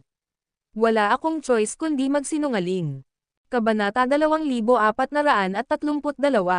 The Secretly or Invisible Rich Man Chapter 2432.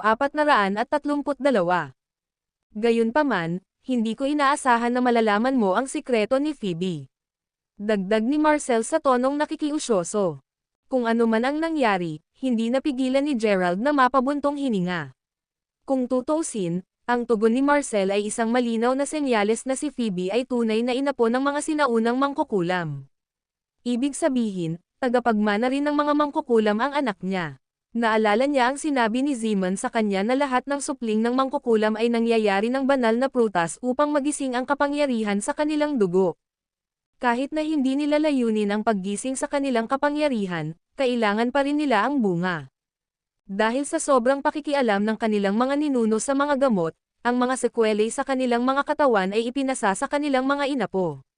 Sa pag-iisip na iyon, ang pagkabigong makakuha ng akses sa banal na prutas bago ang kanilang 16 na kaarawan ay kadalasang magreresulta sa pagkamatay ng mga inapo.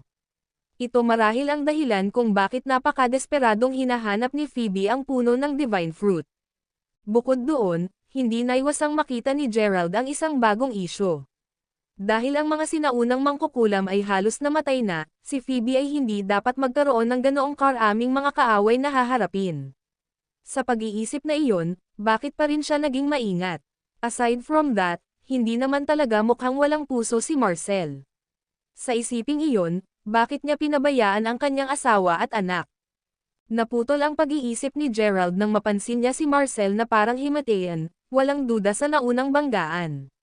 Sa pag-iisip na iyon, mabilis siyang nag-inject ng stream ng healing essential chi sa katawan ni Marcel. Hindi nagtagal at bumuti na ang pakiramdam ni Marcel.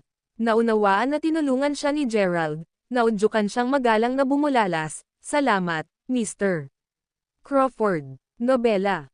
Kahit na si Mr. Crawford ay mukhang bata, siya ay talagang isang advanced cultivator, Ferb. Bukod doon, kailangan niya ang tulong ni Phoebe para dalhin siya sa lugar kung saan itinayo ng mga mangkukulam ang kanilang mga porma sayon.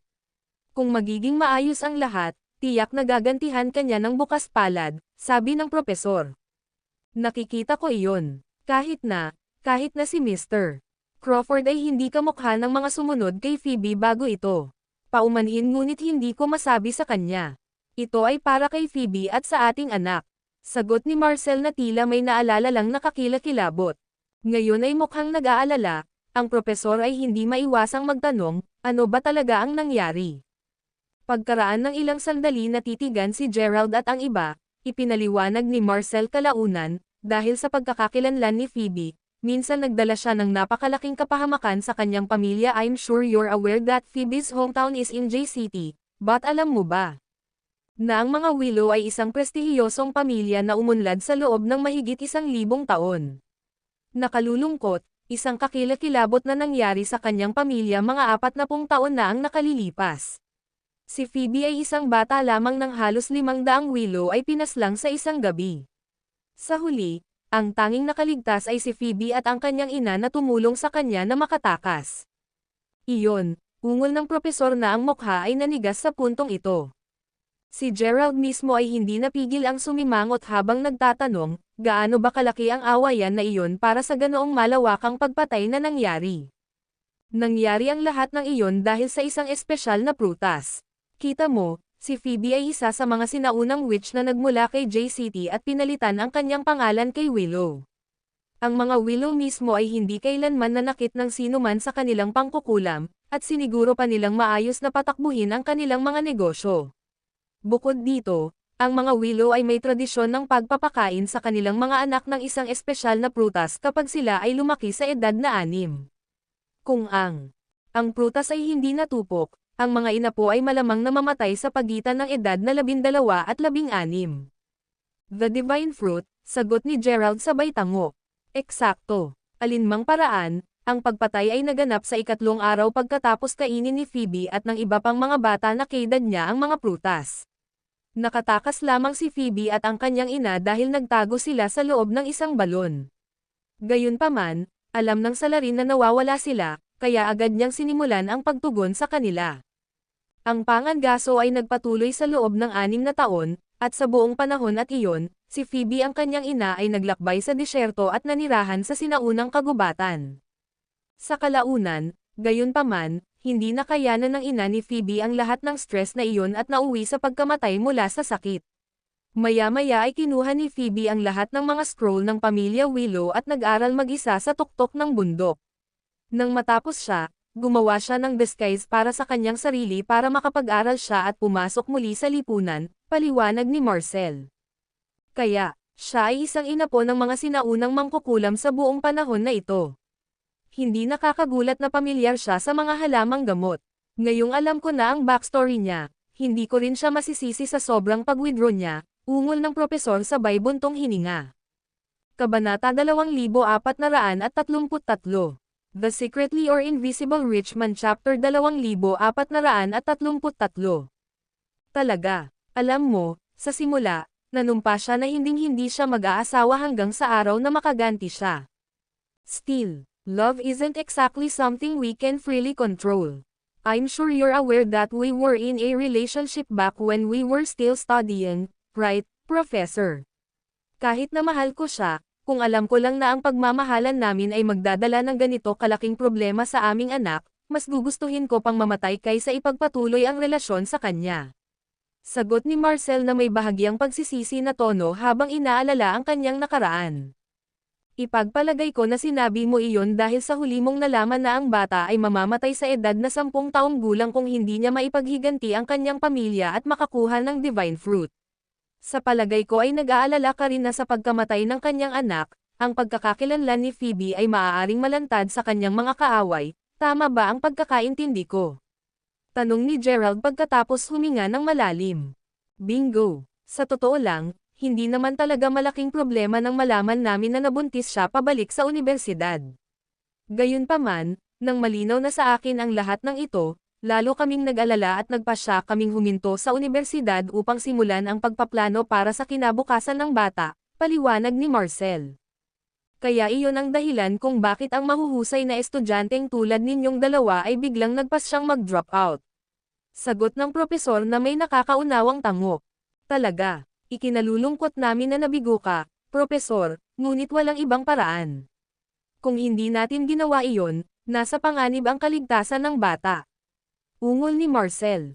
Nakikita ko. Nagtataka na tanong, ngunit alam ba ni Phoebe kung nasaan ang puno ng divine fruit? Tanong ni Gerald.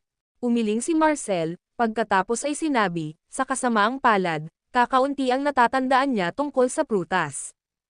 Kung tutuusin, bata pa siya nang ubusin niya ito. Ang tanging pahiwatig na mayroon kami ay ang puno ay matatagpuan kung saan bumababa ang makalangit na apoy. Tuldok-tuldok, kita mo, ang mga willow ay nagpasa lamang ng mga lihim sa pamamagitan ng salita ng bibig. Dahil hindi sinabi sa ina ni Phoebe kung nasaan ang puno bago ang malawakang pagpatay, ang lokasyon ng puno ay medyo nawala. Kahit na nagawang iligtas ng ina ni Phoebe ang Willow's 100 Herbs Almanac at 2 set ng witchcraft books, wala sa kanila ang may anumang record tungkol sa divine fruit. Sa pag-iisip niyan, ang magagawa lang namin ay dahan-daang panoorin ang paglaki ng aming anak hanggang sa umabot siya sa edad na 10. Tuldok-tuldok, bale, umabot siya sa edad na iyon mga 10 taon na ang nakararaan, ngunit hindi pa rin namin nahanap ang puno. Bukod doon, tungkol sa aming diborsyo. Kita mo, may interesadong gumawa ng mga young blood pellets sa tulong ni Phoebe.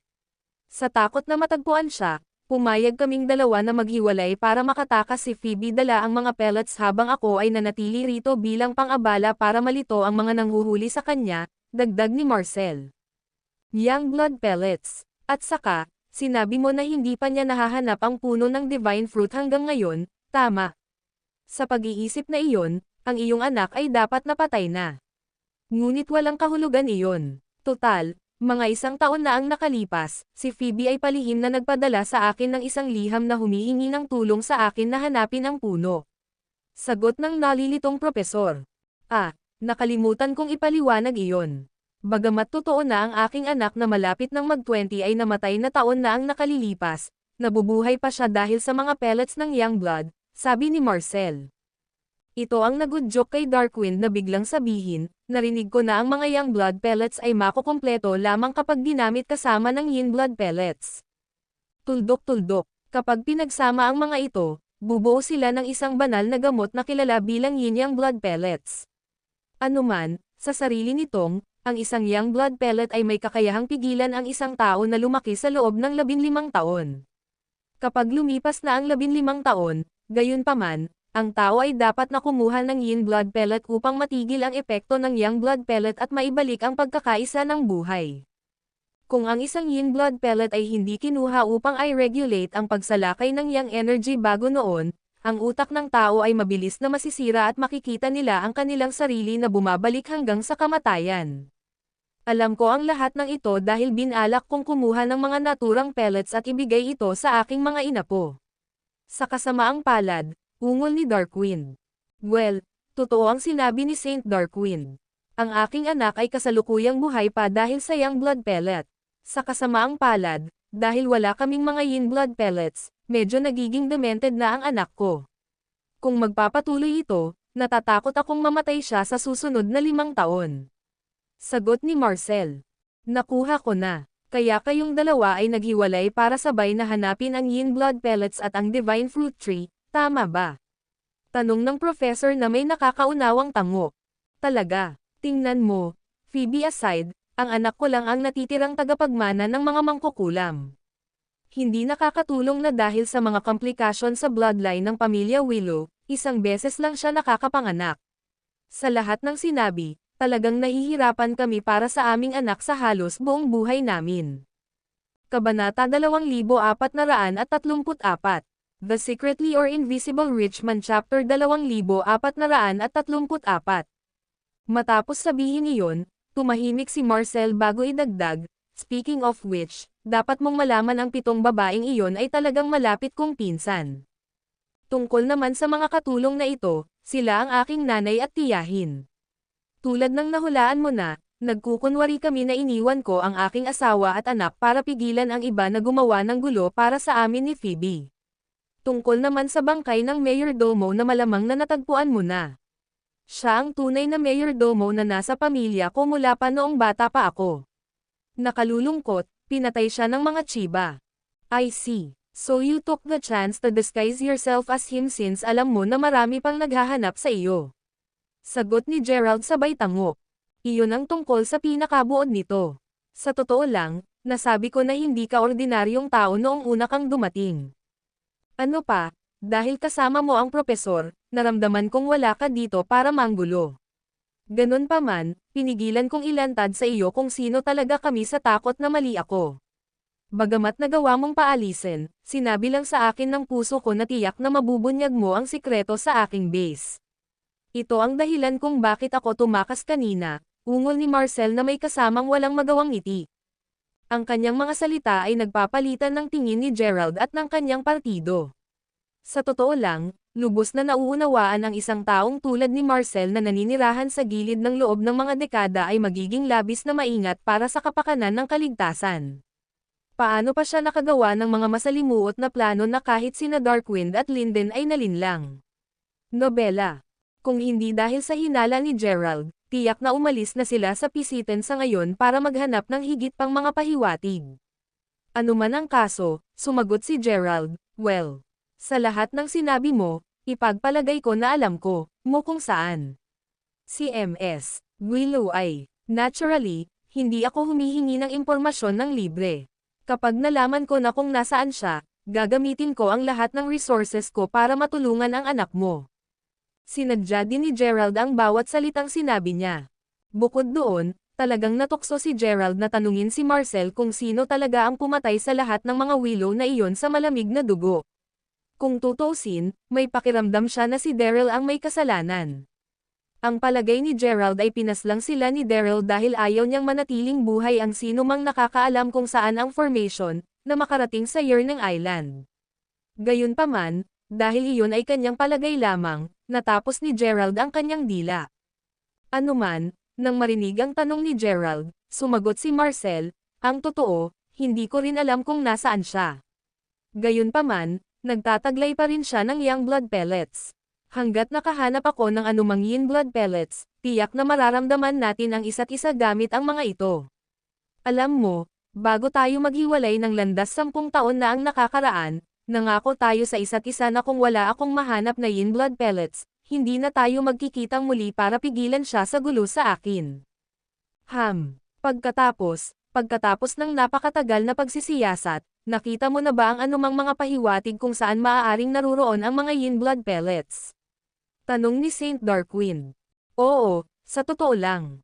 Ito ang dahilan kung bakit patuloy akong tumatangging umalis sa lugar na ito kahit na napakaraming kalaban sa ulo ko. Sagot ni Marcel. Sandaling nabigla, kalaunan ay sinabi ni Gerald, ipinahihiwatig mo ba ang Yin Blood Pellets ay nasa Pisiten? Kabanata 2435 The Secretly or Invisible Rich Man Chapter 2435 Ako ay, nalaman ko na narito ito sa pamamagitan ng balita. Sagot ni Marcel. Ang balita. Tapos, nainom na ang mga pills. Tanong ng professor, nanlaki ang mata niya ngayon. Hindi eksakto. Para sa konteksto, mayroong isang malaking pamilya dito na napupunta sa apelyido ng Zant. Mga 2 buwan na ang nakalilipas, si Freyr, ang patriarch ng pamilya Zant, ay biglang nagkasakit at iniulat ng media ang kanyang mga sintomas. Mga sintomas na kapareho ng mararanasan ng isang tao mula sa isang yin blood pellet infestation. Kahit na sinasabi ng iba na nalasan siya, alam kong wala siyang access sa young blood pellets. Paliwanag ni Marcel. Alinmang paraan, pagkatapos malaman ang tungkol doon, nagsimula akong magsagawa ng ilang pagsisiyasat at kalaunan ay natuklasan na siya at ang kanyang pamilya ay pumasok sa puntod ng isang general noong nakaraan. Doon, nakatagpo siya ng isang general na walang ulo, at maraming Zants ang malubhang nasugatan nito. Dahil masigasig silang talunin ito, ipagpalagay ko na hinahabol nila ang mga yin blood pellets na nakatago sa katawan ng walang ulo na general. Dagdag ni Marcel. Sigurado ka bang? Tanong ng propesor na medyo may pag-aalinlangan. Bueno, gumamit nga ako ng lason sa usok para pilitin ang isa sa mga mayordomo ng pamilyang iyon na sabihin sa akin kung ano ang narinig niya mula sa isang pag-uusap ng mga nakatatanda sa pamilya Zant, kaya naroon iyon, sagot ni Marcel. I see. Alam mo ba kung saan ang libingan? Tanong ni Gerald. Hindi, kahit na ito ang aking kasalukuyang layunin upang mahanap ito. Ang problema, kahit na nabasa ko na ang lahat ng record tungkol sa mga sinaunang nicho sa Pisitin at maraming sinaunang nicho dito, hindi ko pa natukoy kung alin ang pinasok ng mga Zants. Speaking of records, dapat mong malaman na ang mayordomo ko ay pinaslang sa kanyang pagbabalik para ipadala sa akin ang mga dokumentong ito, ungol ni Marcel habang umiiling. Hindi talaga nakakatulong na napakalakas ng patriarch ng pamilya Zant. Tsaka ang galing din ng anak niya. Malapit sa Master Trilight ng Trilight Church. Ito lang ang dahilan kung bakit hindi na ako nakipagsiksikan pa sa pamilya nila. Kung tutuusin, kapag nahuli ako, tiyak na mamamatay ako sa trahedya. Dagdag ni Marcel. Teka, sabi mo, Zant, mayroon bang pangalawang binibini na ang pangalan ay Faye? Tanong ni Gerald na medyo nakasimangot. Meron. Dahil palagi siyang sinusuportahan ng kanyang kapatid na babae at ama, siya ay naging walang awa at mayabang. Sagot ni Marcel. Ha? So nakilala na natin ang mga Zants, ungol ni Gerald na bahagyang tumawa. Ngayong alam na natin ang lahat ng ito, dapat ba tayong sumugod at hulihin ang matandang iyon upang pilitin siyang ihayag ang lokasyon ng libingan? Tanong ni Darkwind.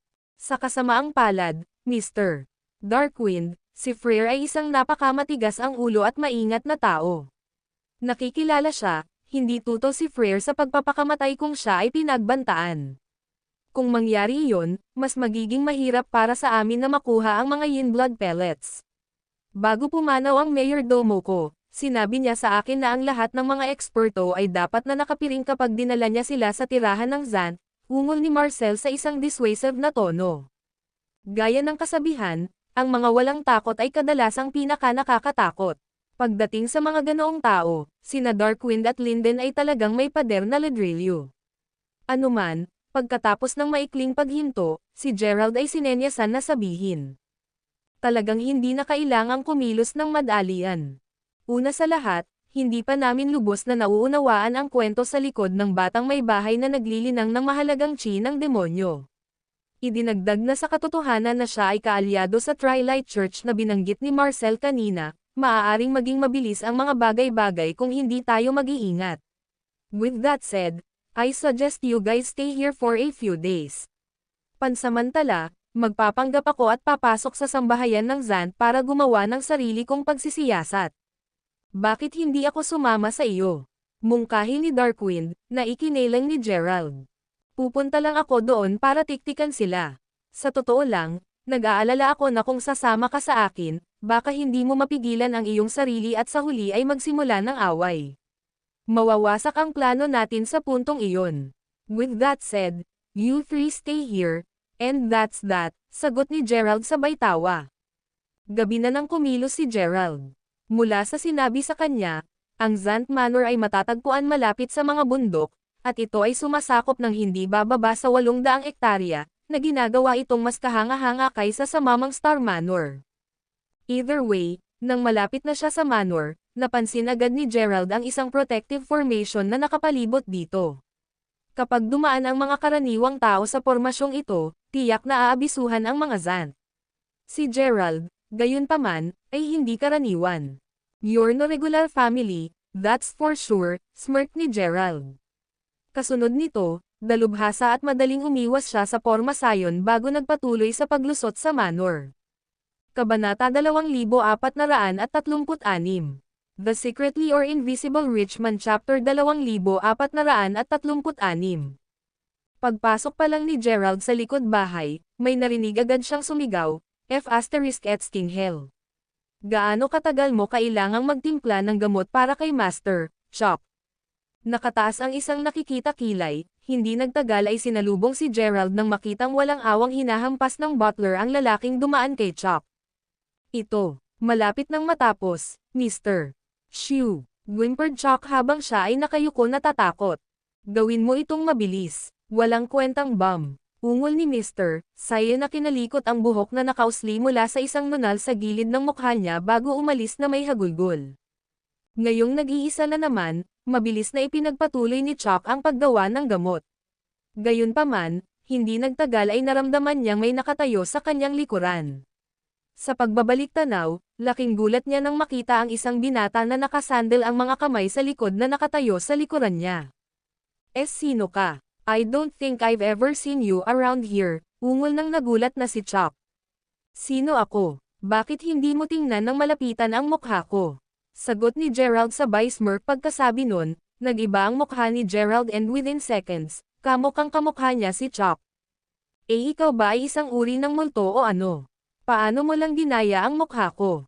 Whimpered ang petrified lalaki. Bilang, marahang sinundot ni Gerald ang noo ni Chop at ganoon na lamang ang pagkahilo ng takot na lalaki. Nang makita iyon, ikanaway ni Gerald ang kanyang kamay, dahilan para mawala ng walang bakas ang hinimatay na lalaki. Ngayon na lang si Gerald na kamukhang kamukha ni Chop ang nanatili sa kusina, hindi niya naiwasang mapangiti habang bumubulong, ihatid na muna kita sa isang lugar para matulog, ako muna ang papalit sa ngayon. Ang transformation technique ay isa sa pinakapangunahing magic arts na natutunan ni Gerald mula sa Velament Method. Kaya niyang ibahin ang sarili bilang isang sanggol, kaya ang pagbabago ng kanyang hitsura ay wala sa kanya. Kung ano man ang nangyari, nakadisguise na siya, yumuko siya para sumangot ng gamot na iniinom ni Chop. Sa paggawa pa lang niyan, masasabi na ni Gerald na totoong nasaktan ang matanda. Pagkatapos ng lahat, ang palayok ay nagkakaroon ng mga halamang naglalabas ng makapal na gamot, enerhiya puno ng yang. Gayunpaman, naramdaman ni Gerald ang gamot ay hindi masyadong makakatulong sa patriarch ng Zant. Either way, kailangan pang makipagkita ni Gerald sa matanda, kaya mabilis niyang ipinagpatuloy ang pagtitimpla ng gamot. Nang matapos na ang gamot ay ilalabas na sana niya ito nang muli niyang nakita si Mr. Saya. Ito ang nagtulak sa kanya na tumawag, Mr. Shoo, handa na. Mabuti, hindi ba maganda kung lagi kang ganito kabilis? Sundan mo ako, reklamo ni Mr. Shoo habang inaakay si Gerald sa kanilang corridors at kalaunan, nakarating sila sa maluwang na interior ng manor. Gayunpaman, sa ikalawang paghakbang niya sa loob, naramdaman ni Gerald ang labis na kondensasyon ng yin na enerhiya na nananatili sa paligid. Hindi ko akalain na ganito kalala ang injury niya, naisip ni Gerald sa sarili. Hindi alintana, pagkatapos maglakad ng ilang sandali, dumating ang dalawa sa isang pinto. Malumanay na kumakatok, sinabi ni Mr. Shoo, Guro, handa na ang gamot. Dalhin mo, tugon ng isang namamaos na boses na mabilis na naging marahas na pagubo. Pagpasok, nakita ni Gerald na umuubo na si Frere ng dugo na kakaibang asol at purplish. Para bang hindi pa iyon kakaiba, ilang sandali lang pagkatapos lumabas ang dugo sa bibig ni Frere, mabilis itong naging yelo. Bukod pa riyan, napansin din ni Gerald na asol ang mukha ng lalaki, at may galo sa dibdib nito na tila dumudugo pa. Siguraduhing maingat na suriin ang mga lalaki, mabilis na nalaman ni Gerald na nilinggan din ni Frere ang panloob na lakas, kahit na hindi siya nagtataglay ng demonic essential chi tulad ng kanyang panganay na anak na babae, lalagyan ng nobela. Habang nagtataka si Gerald kung bakit ganoon, naputol ang kanyang pag-iisip nang sumimangot si Mr. Shoo, ano ka pa nakatayo dyan? Sinabi ni Master na dalhin mo ito. Agad-agad, sagot ni Gerald habang ginagawa ang sinabi sa kanya. Pagkatapos uminom ng gamot, si Frere na medyo bumuti na ngayon ay sinenyasan na magtanong, ngayon. Bumalik na ba ang panganay na iyang mistress? Wala pa siya, kahit na nagpadala na ako ng ilang lalaki para bumalik siya. Dapat ay babalik na siya anumang segundo ngayon. Kung pag-uusapan, ang 10 eksperto sa pamilya ay bumalik na lahat, kaya maaari mong ipatawag ang pagpupulong ng walang problema, sagot ni Mr. Shue. Mabuti. Bago pa makapagsalita si Frere, isang magandang babae na mukhang nasa pinakasyam na taong gulang ay pumasok habang nag-aalalang nagtanong, "Are you okay, Master?" Ikalimang misis, nandito ka na, bulalas ni Mr. Sai habang nakayuko sa kanya. Laking gulat ni Gerald nang dumaan ang ikalimang ginang, napansin niyang nagnanakaw ito ng sulyap sa kanya. Kabanata 2437 The Secretly or Invisible Rich Man Chapter 2437 Lumalala ang iyong mga sugat, guro. Dapat ba akong kumuha ng banal na gamot mula sa sekretong silid para sa iyo? Tanong ni Fifth Mistress. Sa tingin mo, mag-waltz ka na lang dyan. Pakli ni Frere. Ako ay humihingi ng paumanhin. Sa sobrang pag-aalala ko ay nakalimutan ko ang mga patakaran. Bulong ng nanginginig na Fifth Mistress. Ba? Kalimutan mo na. Concern ka lang sa akin kaya hindi kita sinisisi. Bukod doon, ang banal na gamot na ginawa ni Master Trilite ay talagang mabisa. Kakainom ko lang ito kahapon, kaya kapag uminom ulit ako ngayon, siguradong sasabog ako. Paliwanag ni Frere habang umiiling. That aside, I'm sure hindi ko na kailangang ipaalala sa iyo na secret chamber ang nagtataglay ng mga sikreto ng pamilya natin. With that said, if you bring this up again, don't blame me for punishing you according to our family's rules.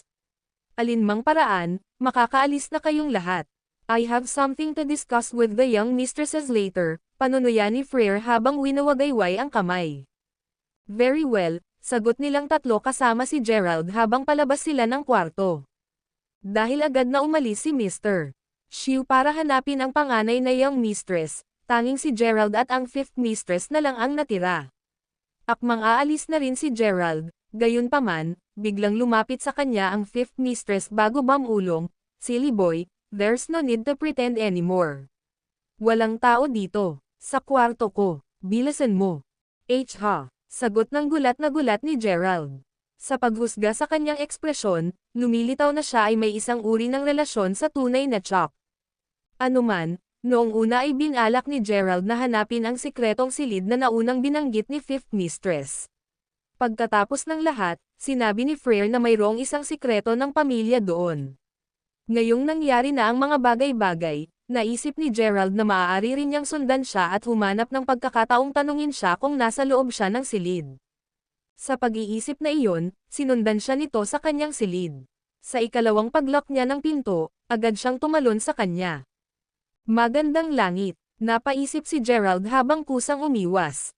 Ano sa tingin mo ang ginagawa mo, kuya? Reklamo ng inis na fifth mistress. Hold it, fifth mistress.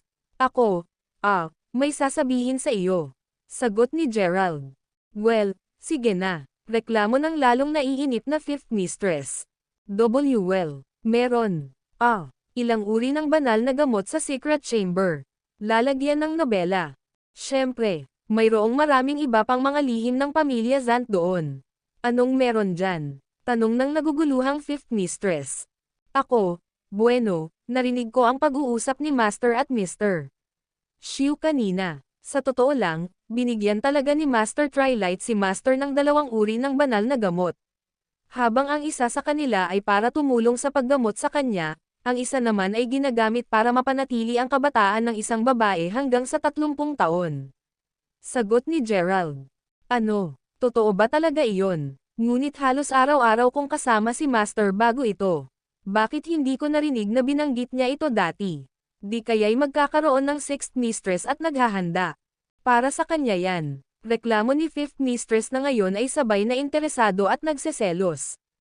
Kabanata 2438 The Secretly or Invisible Rich Man Chapter 2438 Nagsasabi lang ako ng totoo. Talagang sinabihan ni Master si Mr. Xiu na huwag sabihin kahit kaninong tungkol sa pag-iingat ng gamot ng kabataan. Bukod doon, alam ko rin na may iba pala siyang layunin sa puntod ng sinaunang general. Sa asensya, naghahanap siya ng sangkap para mapalakas ang bisa ng gamot. Kung niya ito, ang taong umiinom ng gamot ay mapapanatili ang kanilang mga kabataan sa loob ng 60 taon sa halip. You'd be able to look this young for ages, sagot ni Gerald. Aking salita, alam kong ang banal na gamot ni Master Trilite ay mabuti para sa pagpapagaling ng mga sugat, ngunit hindi ko inaasahan na mamimigay siya ng ganoong gamot. Bulalas ni Fifth Mistress habang marahang tinapik ang kanyang pisngi, kumikinang ang mga mata sa pag-asa, kung makukuha niya ang gamot na iyon, tiyak na siya na ang pinakamasayang babae sa buhay. Nang marinig iyon, nagkunwaring bumantong hininga si Gerald habang sinabing, alam mo, kahit noon pa man, kakaiba ang pakiramdam ko na hindi ko binalak ni Master na bigyan ng gamot ang kanyang anak. Gayunpaman, kung narinig ko si Mr. Xiu na bumubulong tungkol sa pagbibigay, ang gamot sa isang babae na balak niyang dalhin. How dare Mr. Xiu not tell me about this? Siguradong nahulog na si Master sa iba. Ngunit ang pinakanakapangangilabot na bagay ay ang itinaya niya sa kanyang buhay upang makapasok sa libingan ng sinaunang general para lamang sa kanya. Bulalas ni Fifth Mistress, ngayon ay mukhang hindi ka panipaniwalang balisa. That aside, hindi ko inaasahan na ganito kakasansero sa akin, Chop. Ang pagmamahal ko sa iyo ay tunay na walang kabuluhan. Gayunpaman, kung hindi mo sinasabi sa akin ang mahalagang balitang ito, hindi lamang malaki ang posibilidad na wala akong makukuha, ngunit sa kasaganaan ay maitapon din ako sa pamilya Zant. Dagdag pa ng lalong nag-aalalang Fifth Mistress. Nang makita kung gaano siya kabalisa ngayon, sinamantala ni Gerald ang pagkakataong sabihin, sa totoo lang, pinaplano kong pumuslit sa sikretong silid para makawin ang banal na gamot para sa iyo. Sa proseso, umaasa akong malaman kung ano. Eksaktong nasa libingan ng sinaunang general na nagbibigay daan para sa mga kabataan na mapangalagaan ng napakatagal. Iyon ba talaga ang ibig mong sabihin, Chop? Gagawin mo iyon para sa akin. Ngunit, hindi tulad ng maaari mong ipasok ang lahat ng gusto mo. Pagkatapos ng lahat, ang mga susi ay nasa Master at ang dalawang batang mistress. Bukod doon, tiyak na madarama nila ang iyong pagpasok. Impyerno. Aabisuhan sila kung nilapitan mo lang ang kwarto. Sagot ng nagulat na Fifth Mistress. Dahil alam niyang hindi niya kayang labanan ang tukso ng banal na gamot, sabi ni Gerald, pero may gusto talaga akong gawin para sa iyo. Paano ang libingan? Alam mo ba kung saan? Nakikita ko na ngayon kung gaano kay Toto ang nararamdaman mo para sa akin, Chop. Tuldok-tuldok. Bukod doon, hindi ko rin alam kung saan ang libingan. Kung tutuusin, sigurado akong alam mo na silang tatlo lang ang makaka-access sa mga pangunahing sikreto ng pamilya Zant, sa lihim na silid. Anuman, salamat sa pagsasabi sa akin ng lahat ng ito. Tiyak na magsisimula kaming gumawa ng masusing mga plano para makuha ang gamot. Pero isantabi ang lahat ng iyon, sa ngayon, sumama ka sa akin. Sagot ni Fifth Mistress habang hinihila pa si Gerald na pumasok sa kwarto niya. Gayunpaman, halos ilang segundo lang ay lumabas na si Gerald sa kanyang silid. Nakatitig sa walang malay na Fifth Mistress bago isara ang pinto, hindi naiwasang isipin ni Gerald, tulad ng hahayaan kitang hawakan ako. Hindi ko hahayaang gawin iyon ng pinakamagagandang babae. Kalokohan. Lalagyan ng nobela. Anuman ang kaso, kailangang aminin ni Gerald na medyo matagumpay ang kanyang infiltration mission. Una sa lahat, alam na niya ngayon na ang mga Zant ay talagang hindi kasing simple ng hitsura nila. Pagkatapos ng lahat, pagkatapos tumingin sa paligid, nakita ni Gerald na halos lahat ng bagay sa loob ng manor ay nakaayos upang lumikha ng mga porma sayon. Bukod doon, alam na niya ngayon na ang Master Trilite ng Trilite Church na ito ay isang taga-suporta ng pamilya. Bagamat hindi pa siya nakikilala ni Gerald, mayroon siyang kutob na si Master Trilite ay isang malakas na demonic cultivator. Kung hindi niya kukumbinsi ang kanyang mga alagad na ay absorb ang panlalaking aura ng iba. Tulad ng naunang nabanggit, ang mga tao ay may tatlong daloy ng panlalaking aura. Kung ang isang tao ay mawawalan ng kahit isang batis, ang kanilang katawan ay masisira, at sila rin ay madaling kapitan ng maraming sakit. Nakalulungkot, si Elaine ay nasa kadiliman pa rin tungkol sa lahat ng ito. Bukod doon, ang isa pang natutunan niya sa misyong ito, ay tungkol sa lokasyon ng puntod ng general. Kung tama ang sinabi ng Fifth Mistress, ang kailangan lang niyang gawin ay pumunta sa secret chamber para hanapin ang puntod. Ang problema, hindi pa niya alam kung nasaan ang secret chamber. Ano pa, nag-aalala si Gerald na baka magkamali ang mga Zants sa presensya niya. Upang maiwasan iyon, ipagpapatuloy niya ang mga bagay na palihim. Sa kabila ng kung gaano siya kalakas ngayon, alam ni Gerald na laging may nasa ibabaw. Sa pag-iisip na iyon, kung kahit papaano ay mas malakas si Master Twilight kaysa sa kanya, kung gayon ang lahat ay maaaring masira dahil sa kanyang kawalang ingat. Ang isa pang dahilan kung bakit naging maingat si Gerald ay dahil alam niya na ang mga demonic cultivator ay maaari pa ring makapasok sa mga kaharian na maihahambing sa Datos Realm kahit na hindi nila ginagamit ang chi ng langit at lupa sa paglilinang.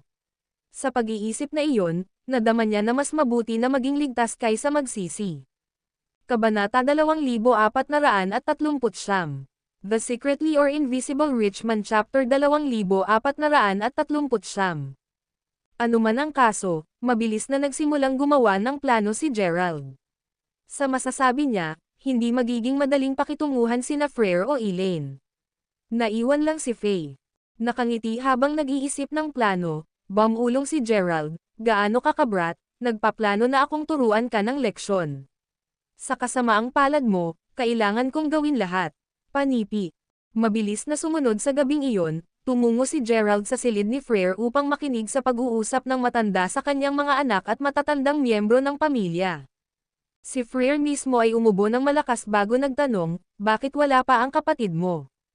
Nasa kwarto niya nagbubulungan ng walang dahilan, sagot ni Elaine.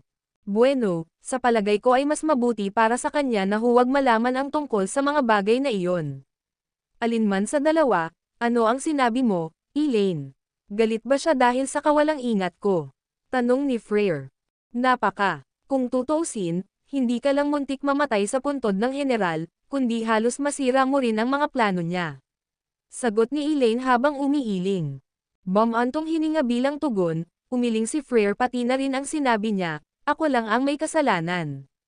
Kung iisipin, kung ginawa ko lang ang utos ni Master Twilight, hindi sana ako nasugatan ng husto. Para akong tanga.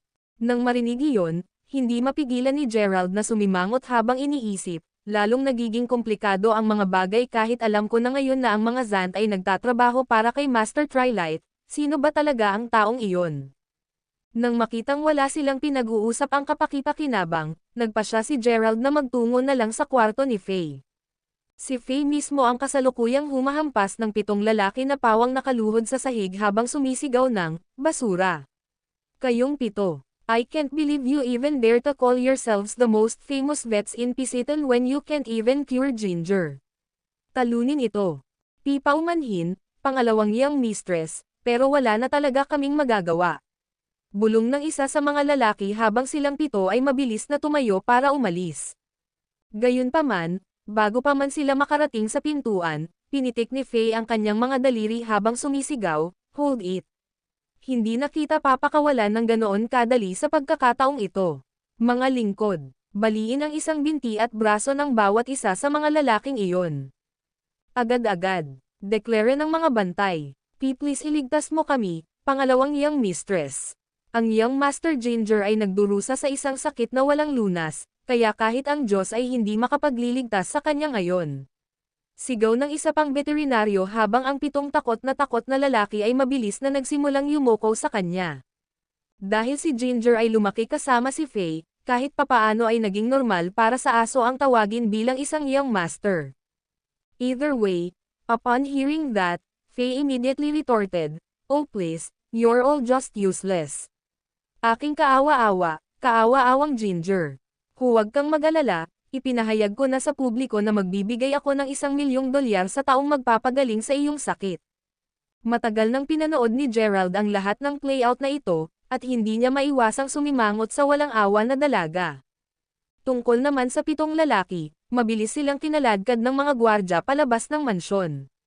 Sa sobrang dali nilang ginawa, parang sanay na ang mga gwardya na gawin ang mga bagay na tulad nito. Anuman, may mga batuta sa kamay, ang mga gwardya ay handang talunin ang mga tao. Gayunpaman, nang ang batuta ay tumama sa isa sa mga binti ng mga veterinaryo, sa halip na ang veterinaryo ay sumigaw sa sakit, ang gwardya ang nakahawak sa lalaki na humagulgol sa matinding paghihirap. Sa katunayan, ilang iba pang mga gwardya ang nagsimulang sumigaw din sa sakit. Lahat sila ay nakaramdam ng sensasyong tinamaan ng matigas na bagay sa kanilang mga tiyan. Ano ba? Bulalas ng ilan sa nananakit na mga gwardya. Hindi maaaring, nangyayari ba ito muli? Dapat ba nating ipagpatuloy ang paggawa nito? Whimpered ng ilan sa mga guards habang sila ay lumulunok. Kabanata 2440. The Secretly or Invisible Rich Man Chapter 2440. Dahil ang ilan sa kanila ay basang-basa na ngayon sa malamig na pawis, ang isa sa mga gwardya kalaunan ay nagpahayag, ayokong masaktan sa pagbagsak ng kanilang mga paa. Hayaan na lang natin sila. Natural, pumayag naman ang lahat, at hindi napigilan ni Gerald na ngumiti sa malayo. Hindi alintana, pagkatapos mag-transform pabalik sa Chuck, mabilis na tinungo ni Gerald ang kwarto ng second young mistress.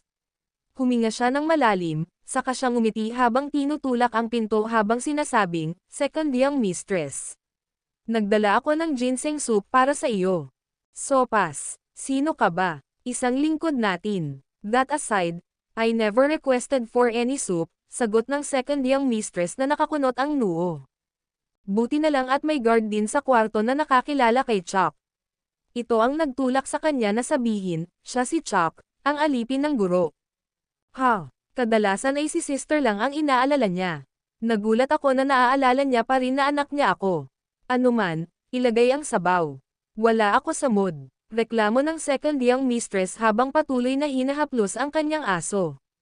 Nang marinig iyon, natahimik sandali si Gerald habang sinabing, walang sakit ang asong iyan, second young mistress. Parang may nasasakal lang. Kung papayagan mo ako, talagang gagamutin ko. Ang totoo, isa lang talaga itong namamatay na aso. Ganun pa man, kailangan pa rin ni Gerald ng paraan para mapalapit kay Faye. Bagamat ito ay makikita bilang na maingat, natutunan niya ang kanyang aral pagkatapos ng labis na insidenteng iyon pabalik sa Fire Cave. Dahil sa pagkakamali nila ni Walter, nabunggo nila si Ryder. Kung hindi niya taglay ang Herculean Primordial Spirit, tiyak na namatay si Gerald doon at pagkatapos. With that in mind, since hindi pa alam ni Gerald kung gaano kalakas ang mga Zants, ayaw niyang kumilos ng madalian. Alinmang paraan, umaasa na siya sa pangalawang young mistress ay kukuha ng sakit. Whatever the case was, after hearing Gerald's statement, she immediately scowled, "Do you speak the truth?" Hindi ako mangangahas na magsinungaling sa iyo, pangalawang young mistress. Nakikita mo, ang aking pamilya ay may aso, at nakita ko ang mga sintomas na ito dati. Dapat kong tandaan na nagligtas ako sa aking aso. Nakangiting sagot ni Gerald. Sige, kung nagawa mong iligtas si Ginger, ipopromote kita para maging isa sa aking mga valet. Tulad ng ibang valet, bibigyan ka ng mas magandang damit, at mas magandang kwarto. Ano pa, sa pamamagitan ng pananatili sa tabi ko araw-araw, hindi ka na lang muling mabubuli, kundi ikaw ang gagawa ng pang-aapi. Sabi ni Faye. Pinahahalagahan ko ito, pangalawang young mistress. Bulalas ni Gerald habang naglalakad papunta sa aso. Kasunod nito, nagsimula siyang magkunwaring mahusay na tinutusok ang aso sa ilang lugar habang iniisip, maswerte ka talaga na magkaroon ng napakagandang may-ari. Kung hindi ka sa kanya, hindi ko gagamitin ang aking essential chi para iligtas ka kung hindi. Masiyahan sa iyong karagdagang taon ng buhay. Pagkatapos mag-inject ng sapat na essential chi sa may sakit na aso, gamulong ito sa kanyang mga paa bago masayang tumahol. Niloloko ba ako ng mata ko?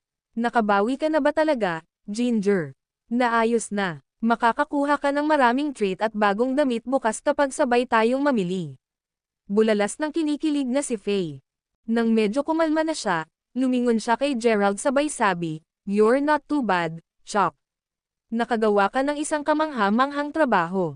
Gaya ng ipinangako, na-promote ka na ngayon bilang valet ko, at susundan mo ako simula bukas. Siguraduhing sabihin sa kanya kung ano ang aking mga patakaran, Bobby, at kumuha sa kanya ng isang mas mahusay na hanay ng mga damit." Ayokong magbihis siya ng puro basura at napapahiya ako. Naiintindihan, pangalawang young mistress. Deklara ni Bobby habang inaakay si Gerald palabas ng kwarto. Maghahating gabi pa lang nang makipag-ugnayan si Gerald kay Professor Boyle para bigyan siya ng update. Habang siya ay nandoon, sinigurado niyang bibigyan sina Darkwind at Linden ng ilang mga tagubilin ngayong nakuha na ni Faye ang kanyang sakit.